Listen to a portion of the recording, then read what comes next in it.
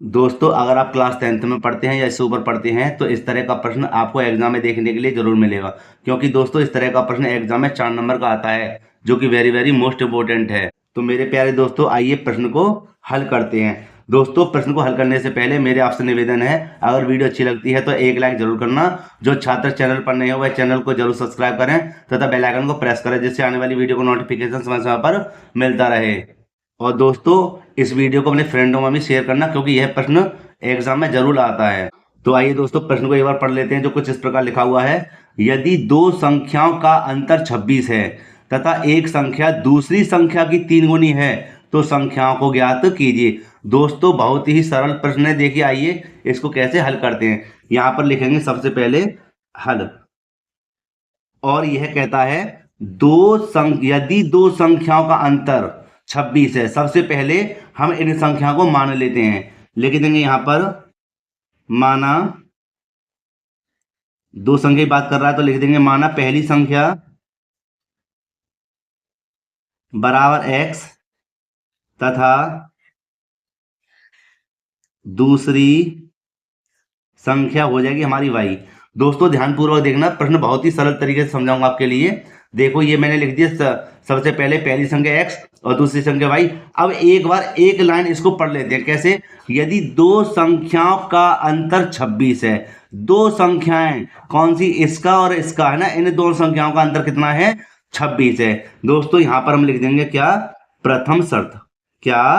प्रथम शर्त।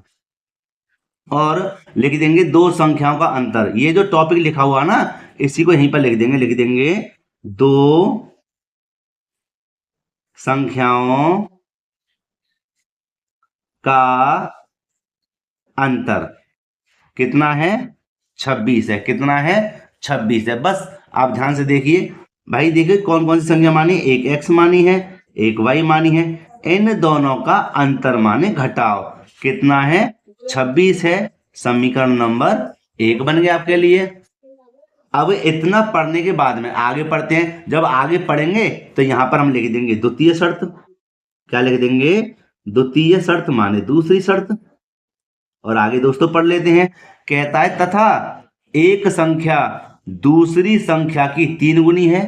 भाई समझना कि एक संख्या माने पहली संख्या, दूसरी संख्या कौन सी, मतलब y संख्या की कितनी है? 3 गुनी है। बस समझिए कैसे, यहां लिख देंगे। समझना, देखो यहां पर कर देते हैं इसको।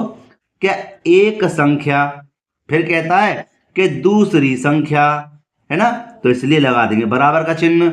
दूसरी संख्या की कितनी है? 3 गुनी है। 3 गुनी का मतलब 3 गुना। तो देखिए यहां पर 3 गुनी माने 3 गुना। ठीक है, इसको सरल करते हैं। देखिए कैसे कि यहां पर x है बराबर हो जाएगा हमारा 3y। ठीक दोस्तों, अब क्या करेंगे? x ये रहा, इसको इधर लेके आते हैं, पक्षांतर करते हैं y वाले x वाले के पास। तो हमारा क्या हो जाएगा यहाँ पर? यहाँ हो जाएगा माइनस के 3y। क्यों भैया? क्योंकि यहाँ प्लस का है, इसलिए बराबर 0। और दोस्तों इसको मान लेंगे समीकरण नंबर 2। ठीक है, अब देखिए कि मैं यहां पर देख रहा हूं कि समीकरण 1 और समीकरण 2 दोनों के मान, कौन से? x वाले के दोनों के मान कैसे हैं? बराबर हैं। भाई x अकेला है और यहां पर भी x अकेला है, इसलिए हमें यह सरल करने में बहुत ही आसान हो जाएंगे।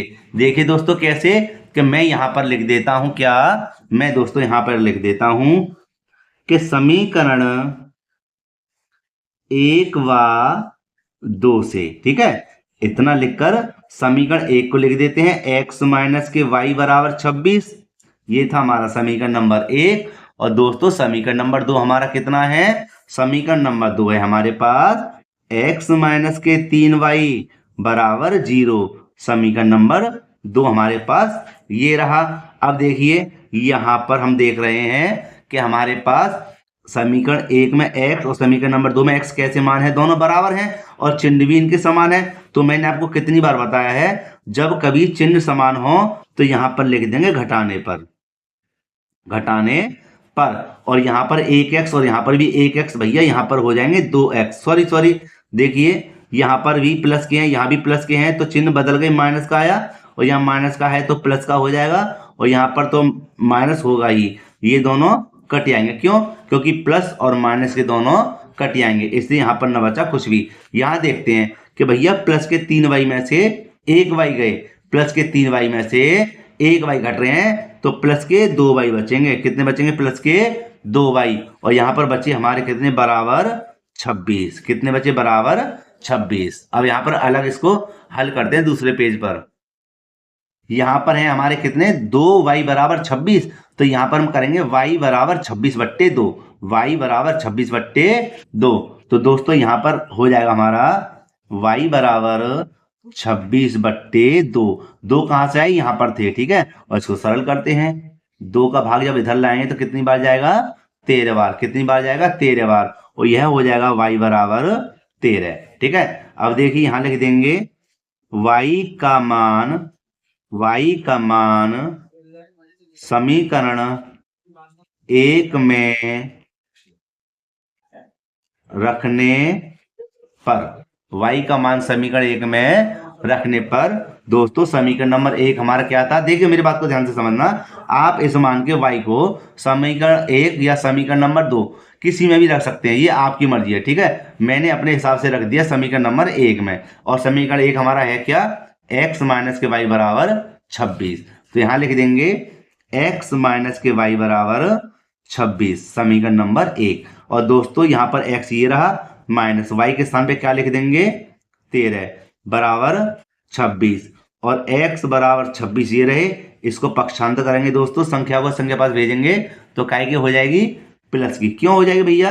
क्योंकि यहाँ पर है माइनस के, है ना, तो पक्षांतर करने पर चिन्ह बदल जाते हैं। इसलिए x बराबर हो जाएगा 26 और 13 हो जाएंगे हमारे 6 और 3 कितने? 9 और 2 और 1 दोस्तों कितने हो गए?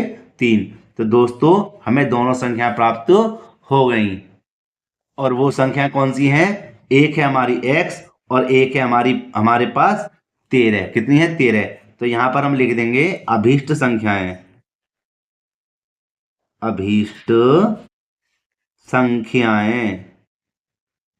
अभीष्ट संख्या हमारे कितनी हो जाएंगी? एक हो जाएगी हमारे पास कितनी?